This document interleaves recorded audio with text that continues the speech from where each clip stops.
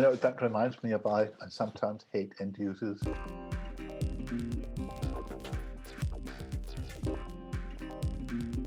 Hi, Klaus. Hi, Johan. Welcome back. Thank you.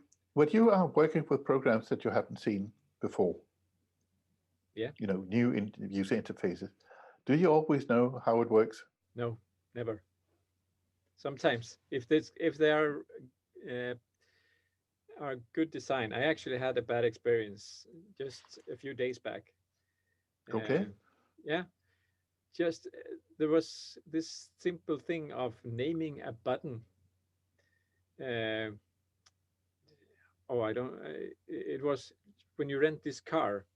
They have this button, um, and when you park the car, you want to kind of just have a button that says lock the car, but instead it says Stop over.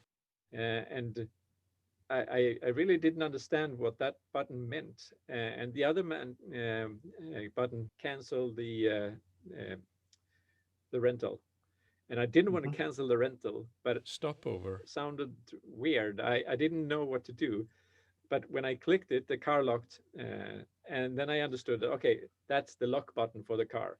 So Yeah. just a simple text on a button can Yeah. confuse a user, and it actually gave me a little bit of a bad experience. Uh, And that was only one thing.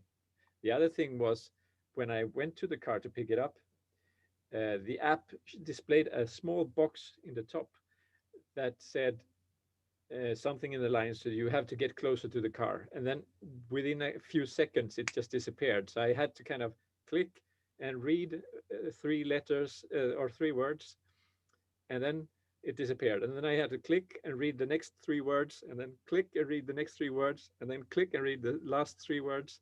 Then I yeah. understood, okay, I need to get closer to the car.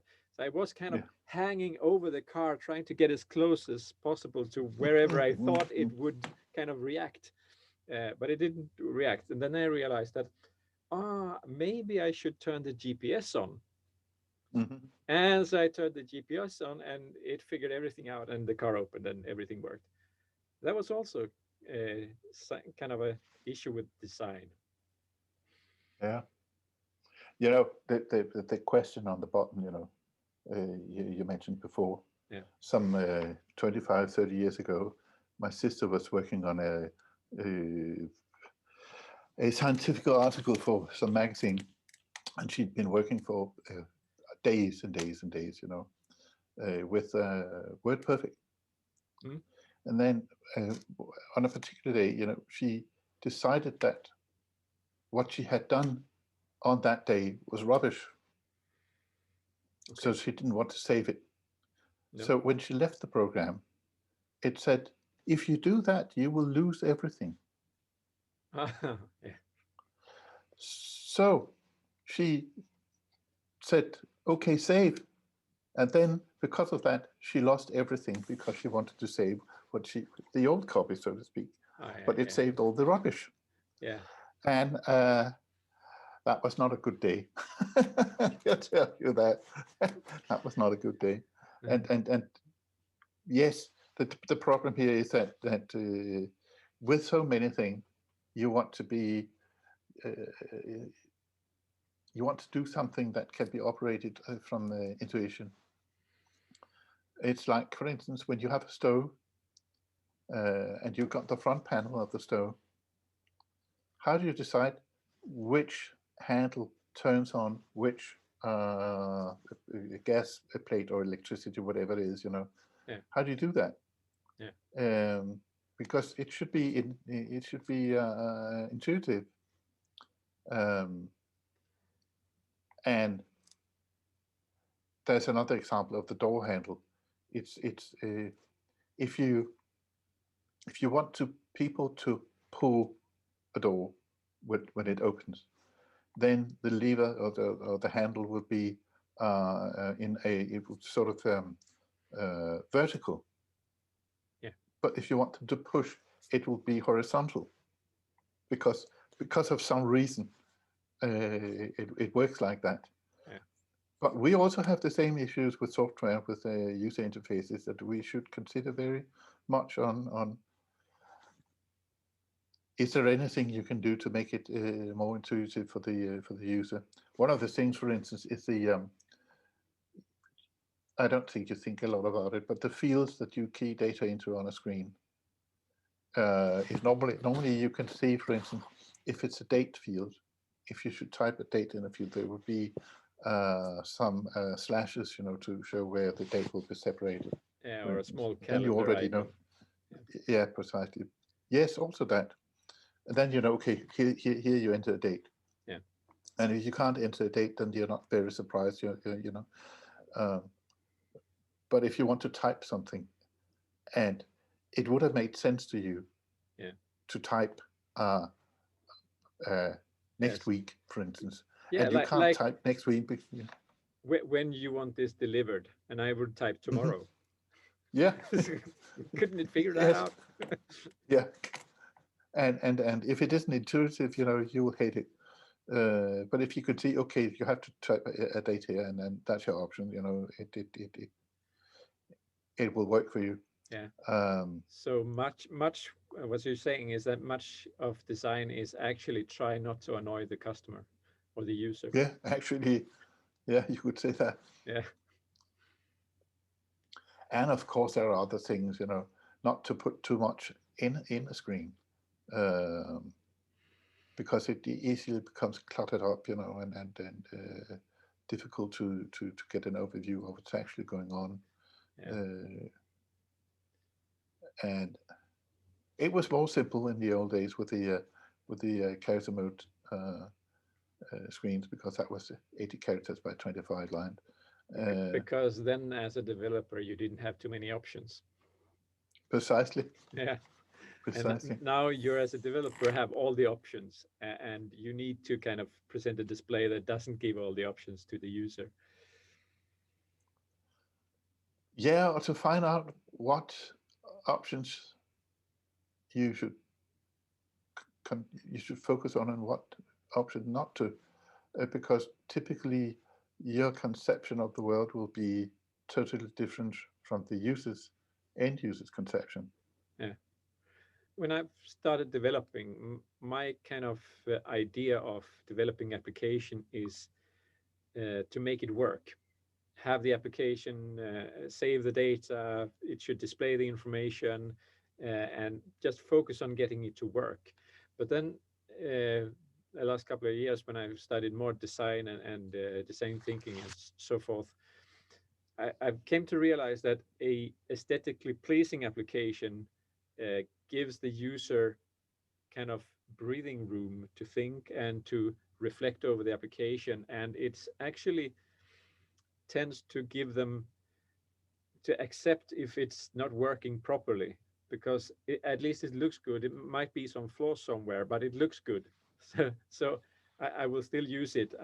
I might actually want it to work so much, so I will contact the developer and say, hey, there's some issue here with the application. But if it looks ugly, then I don't care, because I don't want to use it anyway. That reminds me of I sometimes hate end users. No, I mean, no, but you are probably right. I think probably you're right, but that is one particular issue that has taken me very, very long time to understand. And I'm actually not quite sure that I understand it yet. It's just something I have to accept and learn to live with. That even though there are bugs in the program, it doesn't matter so much as if the program looks good. Yeah. Christ. Yeah, but there's another aspect to it as well, I think, and that is, if you as a business are building an application and it's supposed to face your employees, you have a different design case, a different kind of set of things that are necessary than if you design an application that is facing the customer.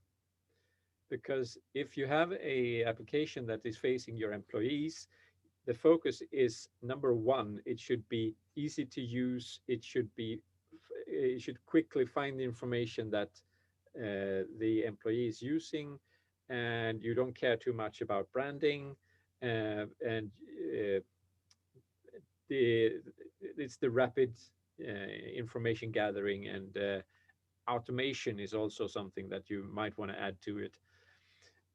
But when it's facing a customer, the priority one is that the customer should feel that they have come to a place that represents this business. So the branding is top, front, and center, and then comes the functionality, because the user want to be able to do something, but the the the branding and layout should be in place. That kind of, it should be in the background. You shouldn't think of it. Um, and then as third comes the speed and automation and stuff like that. Mm. Yeah. How many Well, times have you been at a business that has some internal processes, and more or less they've done in Excel, and you don't have even have a logo in the top of the Excel sheet because you just use Excel? yeah. Quite right. Um, but you're also right, you know, because I mean, a lot of the applications you use on the internet are for trading, buying stuff, you Yeah, know, yeah, web shops, and you know, not so rarely when you are on a web shop, you think, who the hell made this crap, you know? yeah. I cannot find the product I'm looking for. Exactly. Yeah, but you have the logo, yeah. But then Yeah, again, you know where you are. Yeah, you know what you are. Yes, but then again, you're really stressing that this brand is crappy because yeah, yeah. I mean, So you get associated with this whatever program. And also, there is an interesting thing because when we went from DOS to Windows, we suddenly got this huge amount of space that we could place controls on.